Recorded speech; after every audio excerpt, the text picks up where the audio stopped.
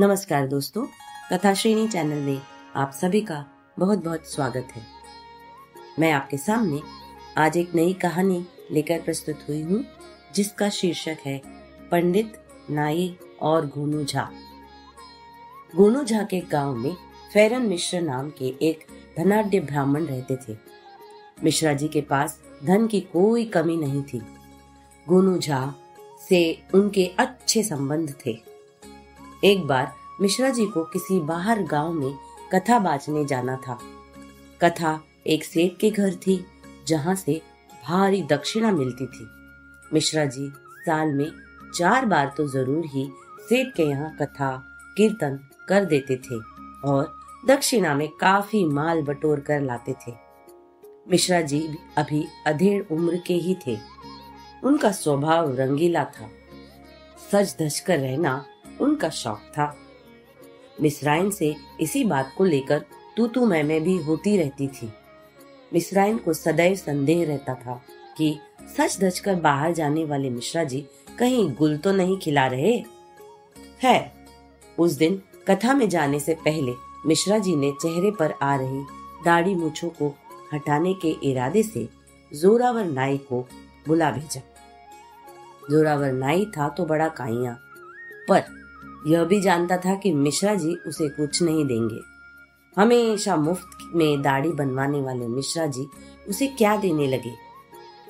वह अनमना सा अपने औजार लेकर मिश्रा जी के यहाँ पहुंचा। आजा जोरावर, मिश्रा जी चहक कर बोले, तेरे पास 1 घंटे का टाइम है। आज ऐसी दाढ़ी बना कि पंडित जी दमक उठे। कहीं खास ठोर जाना लगता है महाराज? जोरावर ने पूछा। यही समझ ले। समझ कि मैं दर्पण देखकर खुश हुआ तो तुझे भी खुश करके भेजूंगा, मिश्रा जी ने कहा। जोरावर जानता था कि वह मिश्रा जी का अचूक नुस्खा है। कह देने भर से ही खुश कर देने वाले आदमी थे। बाहर चबूतरे पर बैठकर जोरावर मिश्रा जी की दाढ़ी गीली करने लगा। 2-4 लोग और आ बैठे। बढ़िया सी कारीगरी दिखाना बेटा, खुश हुआ तो इनाम दूंगा। आसपास बैठे लोग होंठ दबाकर हंस पड़े। महाराज, क्यों गरीब को सपने दिखाते हो? जोरावर बोला। आज तक तो आपकी जेब से दमड़ी नहीं मिली, आज ही क्या जरूरत है? पंडित जी ने घूर कर जोरावर को देखा। अबे नाई, आज देखना। आज अगर तूने मेरे पसंद का काम कर दिखाया तो मैं तुझे कुछ जरूर दूंगा, मिश्रा जी ने अकड़ कर कहा। कुछ? पक्की बात? जोरावर की भौएं तन गई। पक्का, 5 पंचों के बीच की बात है, कुछ तो तुझे मिलेगा ही। जोरावर कुटिलता से मुस्कुराया। कहते हैं कि नाई में 36 अक्ल होती है। आज मिश्रा जी को भारी पड़ने वाला था। जोरावर ने अपना पूरा तजुर्बा लगाकर मिश्रा जी की दाढ़ी मूछों को साफ कर दिया और दर्पण मंगाकर मिश्रा जी के सामने किया। मिश्रा जी प्रसन्न हुए। आज तो वह अपनी उम्र से 10 बरस कम लगने लगे थे। प्रसन्न भये महाराज? जोरावर ने पूछा। हाँ भाई, काम वाकई अच्छा किया तूने। मांग ले कुछ। कुछ ही दे दो महाराज। अरे मांग तो सही। कुछ मांग लिया ना महाराज। कुछ का क्या मतलब? मिश्रा जी सब पकाए। ये तो आप जाने, आपने ही कहा था कि कुछ मिलेगा। अब कुछ के सिवा मुझे तो कोई चीज नहीं चाहिए। नहीं, आप वादा कर चुके हैं। पंचों के सामने कुछ जरूर दूंगा कहा है आपने, मुकर तो नहीं सकते। अबे क्या अनशन बक रहा है? कुछ का कोई मतलब तो बता। रुपया, 5 रुपया, 10-5 सेर धान, कुछ तो बक। 500 रुपया? क्या बक रहा है? मिश्रा जी भड़के। या तो कुछ दीजिए या 500 रुपए दीजिए, या फिर पंचायत में चलकर मुकर जाइए महाराज। शाम तक सोच लीजिए। जोरावर ने अपनी पेटी समेटी और चलता बना। आज पहली बार मिश्रा जी फंसे थे। मिश्रा जी काट का उल्लू बने रह गए। कैसा फंदा डाला कमीने नाई ने। कुछ मांगता है या कुछ का 500 रुपए मांगता है। दोनों ही चीजें देना असंभव था। मिश्रा जी पसीने पसीने हो चले, फिर नहा धोकर धंधे पर चल पड़े। पर सारे रास्ते चैन न मिला। बार बार नाई की बात दिमाग से टकरा रही थी। क्या भरोसा उस नाई का, कहीं पंचायत ही ना बिठा दे, सब किरकिरी हो जाएगी। पर 500 रुपए देना तो बड़ा मुश्किल काम था। मिश्रा जी जैसे तैसे कथा में तो पहुंचे, पर आज उनकी वाणी में ना तो पहले जैसा ओज था और ना सरस था। परिणाम यह हुआ कि चढ़ावा कम रहा और दक्षिणा में भी कटौती हो गई। रोते कलपते नाई को कोसते घर की तरफ लौटे। अभी गांव के पास पहुंचे ही थे कि पलटन झा मिल गए। प्रणाम महाराज, ई का झाड़ पाल लिया? पलटन झा ने पूछा। क्या क्या हुआ? पंडित जी का दिल पसलियों से टकराया। वो ससुरा नौवा सारे गांव में कहत फिरत है कि आप पर पंचायत करेगा। शिव शिव झा जी, इस छत्तीसे ने तो मुझे फंदे में डाल दिया। हुआ क्या? हुआ क्या? मिश्रा जी ने सारी बात बताई। झाड़ते ससुरा कंटीला है मिश्रा जी, नौवा चालाक है। आप तो दुई फरक से फंसे हो। पलटन झा ने गंभीर मुद्रा से कहा। अब मैं क्या करूं? पंचायत में तो मिट्टी खराब हप जाएगी। 500 रुपया देने होंगे। अरे इतना रुपए मेरे पास कहाँ रखा है? मिश्रा जी कलप उठे। नहीं रखा तो भुगत लीजिए। पलटन झा हंसकर चले गए। अब तो मिश्रा जी और भी परेशान हो उठे।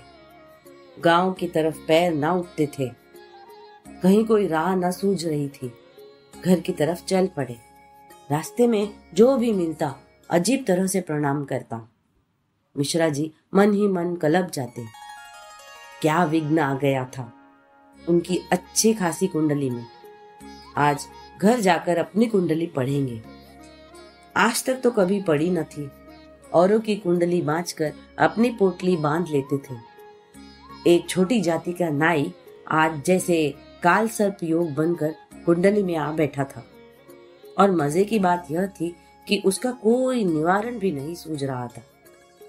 डर यह भी था कि घर पर मिश्राइन की चकचक सुनने को मिलेगी। वह ऐसा सुंदर मौका कहाँ छोड़ने वाली थी। यह सोचकर तो मिश्रा जी का दिमाग और भी भन्ना गया। मिश्राइन के व्यंग बाणों की एक झड़ी तो उनकी आंखों के सामने तैर गई। अब क्या करे? अचानक गोनू झाके का नाम दिमाग में कौंधा। आहा, एक वही आदमी है जो उन्हें इस विपत्ति से बचा सकता है। उसकी बुद्धि के तरकश में अवश्य ही कोई तीर ऐसा होगा जो उस नाई को चित्त कर देगा। बस फिर क्या था। मिश्रा जी ने फौरन गोनू झा के घर का रास्ता पकड़ा। अब एकमात्र केवल वही सहायक नजर आ रहे थे। लोगों की तरह तरह की बातें सुनते सुनते मिश्रा जी गोनू झा के घर पहुंच गए। संयोग की बात कि उसी समय गोनू झा खेत से लौटे थे। प्रणाम मिश्रा जी, आइए, मैं आपकी ही प्रतीक्षा कर रहा था। गोनू झा बोले। मेरी प्रतीक्षा? भैया तुम्हें पता था कि मैं आऊंगा? पता था। जैसी समस्या आपके सामने है उसमें आपको आना ही था। फिर तो यह भी बात बता दो भैया कि इस समस्या का कोई हल है या नहीं। महाराज, आप तो विद्वान हैं, शास्त्र पढ़े हैं आपने। इतना ज्ञान तो आपको होगा ही कि बिना समाधान के समस्या नहीं होती। जिस समस्या का कोई समाधान न होता तो वह समस्या नहीं बल्कि प्रभु का प्रकोप होता है। यह तो ठीक कहते हो गोनू झा। मैं तो बड़ा एहसान मानूंगा यदि तुम मुझे इस मुसीबत से छुटकारा दिला दो। मिश्रा जी गिड़गिड़ा उठे। मिश्रा जी बेफिक्र रहिए, कल पंचायत बैठने दीजिए। मैं उस अक्लमंद नाई को ऐसा सबक दूंगा कि सारी होशियारी भूल जाएगा। आप जरा भी चिंतित ना हो। आराम से घर जाएं, भोजन करें और आराम करें। आप बस इतना करें गुनूजा ने समझाया। मिश्रा जी के दिल से जैसे बड़ा बोझ उतर गया। सुबह से पहली बार उन्होंने चैन की सांस ली थी।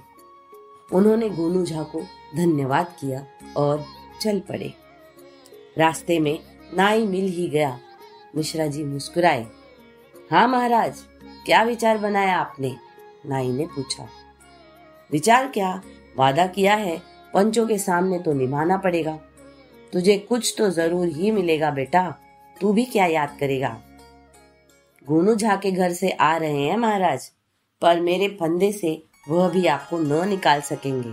जोरावर चुनौती देने वाले भाव में बोला। बेटा, पंचों के सामने वादा किया था और पंचायत में फैसला होगा। मिश्रा जी मुस्कुराकर अपने घर की तरफ चले गए। जोरावर सोच में पड़ गया कि गुनूजा ने क्या सिखा दिया जो मिश्रा जी इतना निर्भय हो गए। सुबह तो वह उनके तोते उड़ाकर लौटा था। कुछ समझ नहीं आ रहा था। अब रात भर जोरावर ना सोया। उसने बहुत दिमाग लगाया कि उसके फंदे का तोड़ क्या हो सकता है। खुद उसे तो कुछ सूझ नहीं रहा था। आखिर सुबह पंचायत बैठ गई। सर्वसम्मति से गुनूजा को सरपंच बनाया गया। पंचों ने मामला सुना। गवाह ने पुष्टि की कि मिश्रा और नाई के बीच वही बातें हुई थी। अब या तो मुझे मेरा कुछ दिलाया जाए या मिश्रा जी को दंड के रूप में 500 रुपए देने का आदेश दिया जाए। जोरावर बोला। बात 100% सच है मिश्रा जी। खैर जोरावर, जरा एक गिलास पानी तो ला, बड़ी प्यास लगी है। गुनूजा बोला। जोरावर शंकित तो था, पर कुएं से एक गिलास पानी लाकर गुनूजा को थमाया। गुनूजा ने एक घूंट पानी पिया और वापस गिलास नाई के हाथ थमा दिया। अभी पकड़, फिर पीता हूँ, गुनूजा बोले। हाँ तो मिश्रा जी, आपने इसे कुछ देने का वायदा किया था जो आप नहीं दे पा रहे हैं। सरपंच जी, ऐसा नहीं है, मिश्रा जी ने कहा। जब मैंने वादा किया था तो क्यों व्यवस्था ना करता? मैंने कुछ की व्यवस्था कल ही कर ली थी, पर आज सुबह वह मेरी जेब से कहीं गुम हो गया। अब दूसरे कुछ के इंतजाम में तो समय लगेगा ही। कितना समय लगेगा? लगभग 1 माह। क्यों भाई जोरावर, क्या तुम 1 माह तक प्रतीक्षा कर सकते हो? सरपंच जी, हम रियाया हैं। आज के काम की कीमत महीने भर बाद मिले तो हमारे बच्चे कैसे पलेंगे? जोरावर बोला। बात तो तेरी भी ठीक है मिश्रा जी, आपने अपना कुछ कहाँ गुम कर दिया? क्या पता, सुबह कुएं पर स्नान करने आया था और दिशा मैदान गया था। फिर तो मिश्रा जी, गुनूजा ने कहा। ला जोरावर, पानी दे। जोरावर ने हाथ में थमा गिलास गुनूजा की तरफ बढ़ाया ही कि ठिठक गया। गिलास के पानी में कुछ गिर गया था। पानी पीने लायक न रहा था। जहा जी, इसमें तो कुछ गिर गया है, और भरकर लाता हूँ, वह बोला। अबे क्या गिर गया? पता नहीं, कुछ अजीब सा। अरे कुछ गिरा है तो मेरा होगा, मिश्रा जी चीख पड़े। सुबह कुएं पर स्नान करने आया था, शायद तब कुएं में गिर पड़ा होगा। जोरावर सन्न रह गया। निकाल ले भाई जोरावर, गुनूजा मुस्कुराकर बोले। तेरा कुछ मिल गया, पंचों को भी मुक्त कर। मगर जोरावर ने कुछ कहना चाहा। अब अगर मगर क्यों करता है? तूने कुछ ही तो मांगा था, और अभी पंचायत के सामने तूने खुद कहा है कि पानी के गिलास में कुछ गिरा है। यह कुछ कुएं के अंदर से ही आया है। मिश्रा जी ने बताया ही था कि उनका कुछ जो तुझे देना था गुम हो गया है। जोरावर चुप था। वह तो फंस ही गया था। अब उसे समझ आया कि गुनूजा साधारण बुद्धिमान न थे, बल्कि किसी भी प्रकार की समस्या का समाधान खोजने में प्रवीण थे। उसे उन पर क्रोध आ रहा था जो उन्होंने बड़ी मुश्किल से फंसे शिकार को उसके हाथ से निकाल दिया था। पर वह क्या कर सकता था? जाति का नाई ही तो था। उसने बाद से ही पंडित को फंसाया और बाद से ही पंडित निकल गया था। पंचायत अपने घर चली गई और सब घुन उजा की तारीफ के पुल बांध रहे थे। तो प्यारे दोस्तों, उम्मीद है आपको ये कहानी बहुत पसंद आई होगी।